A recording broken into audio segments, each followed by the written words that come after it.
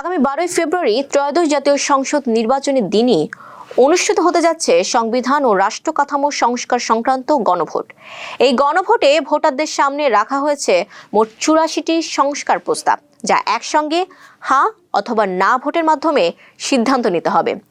সংস্কার কমিশনের সুপারিশ অনুযায়ী এই 84টির মধ্যে 47টি প্রস্তাব সরাসরি সংবিধান সংশোধন সংক্রান্ত এবং 37টি প্রস্তাব সাধারণ আইন বা নির্বাহী আদেশের মাধ্যমে বাস্তবায়নযোগ্য।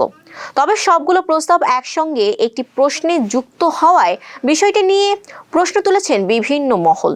রাজনৈতিক বিশ্লেষকদের মতে এত সংখ্যক ও ভিন্ন মাত্রার প্রস্তাব এক ব্যালটে যুক্ত করায় একজন সাধারণ ভোটারের পক্ষে প্রতিটি প্রস্তাবের প্রভাব বোঝা কঠিন হয়ে পড়ছে। কেউ কোনো প্রস্তাবে সম্মত হলেও অন্য প্রস্তাবে আপত্তি থাকলে আলাদা মত দেওয়ার সুযোগ থাকছে না।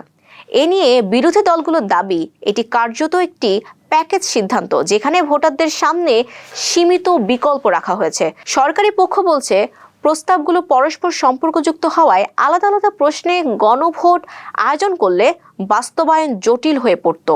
তবে সমালোচকদের মতে রাষ্ট্রের মৌলিক কাঠামো পরিবর্তনের মতো গুরুত্বপূর্ণ বিষয়ে আরও স্বচ্ছ ও অংশগ্রহণমূলক পদ্ধতি অনুসরণ করা যেত। এই পরিস্থিতিতে গণভোটের মূল প্রশ্ন দাঁড়াচ্ছে, ভোটাররা কি আদৌ পূর্ণ তথ্য ও বোঝাপড়ার ভিত্তিতে সিদ্ধান্ত নিতে পারছেন?